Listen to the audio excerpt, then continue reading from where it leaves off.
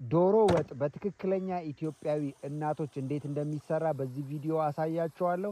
ስራችንን ከመጀመራችን በፊት በመጀመሪያ ባይፓስ ሳሙና እንታጠባለን። በቀላሉ ዶሮ ወጥ መስራት ትችላላችሁ። መጀመሪያ ሽንኩርት ከተፍን፣ ቀጥሎ ዶሮውን አረድንና በፈላ ውሃ እንደዚህ ክንፉን እንዳለ ገነጠል ነው። ከዛ ቆዳውን ስለምንጠቀመው ቆዳው ላይ ያለው ጸጉር ለብልበን አጠፋ ነው። ከዛ በኋላ እግሩን መጀመሪያ ቆረጥን። ከዛ በኋላ የመጀመሪያ ዙር በሽሮ ነው የታጠበው። ምክንያቱም ቆዳው ጭስ እንዳይል በሽሮ ይታጠባል። ጽድት ተደርጎ በሽሮ ታጠበ። ከዛ ኔክስት ስቴፕ ክንፍ ላይ ያለችውን እቺ ጫፏን ነገር ቆርጠን አነሳናት።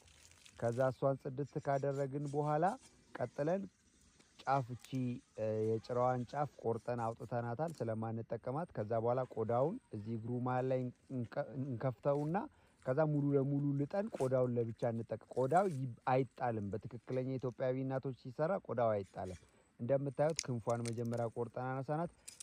ክፍል አለው። እሺ ሲቆረጥ ይሄ ደግሞ ታፋው መጀመሪያ ይፈለቀቅና ይቆረጣል። ይሄም ክፍል አለው። ይሄም የምታዩት መላላጫ የሚወጣበት ክንፉ አካባቢ ስታዩት ሁለት አጥንቶች መገጣጠሚያ አለ። እሷ ላይ ከፍላችሁ ነው እንደዚህ በእጃችሁ የምትሸለቅቁት። እሱም ክፍል ፓርት አለው። ስለዚህ በጣም ቀላል ነው። ይሄ መላላጫው የምታዩት ማለት ነው። ከዛ በኋላ እዚህ ስር ገብታችሁ ሁለት አጥንት አለ። በሁለቱም ሳይድ ነው ያለው።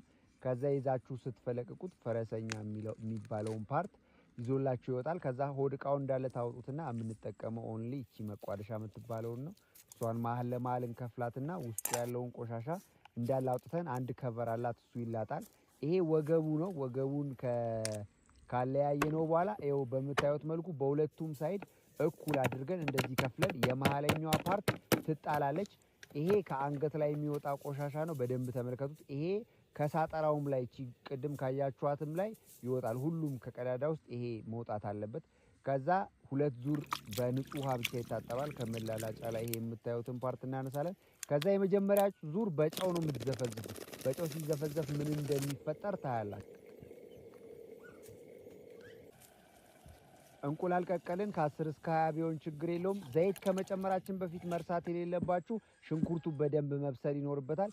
ይሄን ተመልከቱ። ትክክለኛ የኢትዮጵያ ባህል ላይ ልፋጭ የሚባለው ቅድም ጨው ስለጨመርን የሚዝለገለግ ፓርት ከስጋው ላይ ይወጣል። ከሁሉም ስጋ ላይ ይሄንን ልፋጭ እናወጣለን። ከዛ ሁለተኛ ዙር ደግሞ በሎሚ ይዘፈዘፋል። የዶሮውን ይሄ የሚሸተውን ፓርት እንዲያጠፋው ያደርጋል። ከዛ በርበሬ ስትጨምሩ መርሳት የሌለባችሁ ነገር የእሳቱ መጠን ትንሽ መሆን አለበት። አለበለዚያ በርበሬው በጣም የሚያቃጥል ይሆናል። ሶ ይሄ ፓርት አለው። እሺ በጣም ቀላል ነው። ይሄን ትከፍሉታላችሁ። ቢላችሁ ደግሞ ሻርፕ ካልሆነ የታፋውን አጥንት አትስበሩት። ሌላው መርሳት የሌለባችሁ ዝንጅብልና ነጭ ሽንኩርት ተወቅጦ ከጨው ጋር ግዴታ ነው። ዶሮ እንዲጣፍጥ የሚያደርገው ትልቁ ነገር እሱ ስለሆነ እሱን እንዳትረሱ። ሌላው ማጠብ ነው። ማጠብም እንዳትረሱ። ይሄን ከ3 እስከ 4 ማንኪያ ብትጠቀሙ በጣም ቆንጆ ነው። ቅመም ጥቁር አዝሙድ፣ ነጭ አዝሙድ፣ ቆንዶ በርበሬ፣ ገውዝ፣ ከሙን፣ ኮረሪማ ተጠቅመናል። መጀመሪያ ላይ ስታቁላሉ ነጭ ሽንኩርትና ዝንጅብል ከዛ ቅመም ከቁሌቱ ጋር አብራችሁ መጨመር እንዳትረሱ።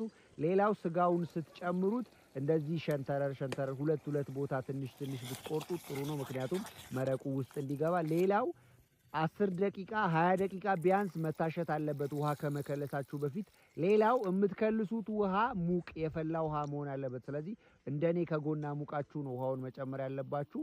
ሌላው ቅድም የፈጨነውን ቅመም እንደዚህ አድርገን እንጠቀማለን። ቂቤ 4-5 ማንኪያ ብትጠቀሙ በጣም ቆንጆ ነው። የተቀቀለውን እንቁላል ሊወጣ ሲል ውስጥ አስገቡት። ምክንያቱም የሚወጡን ቃና በደንብ ይይዝላችኋል። እንግዲህ ከወዲሁ መልካም በዓል። ሙሉ ቪዲዮ ማየት የምትፈልጉ ዩቲዩብ ላይ አስቀምጬላችኋለሁ።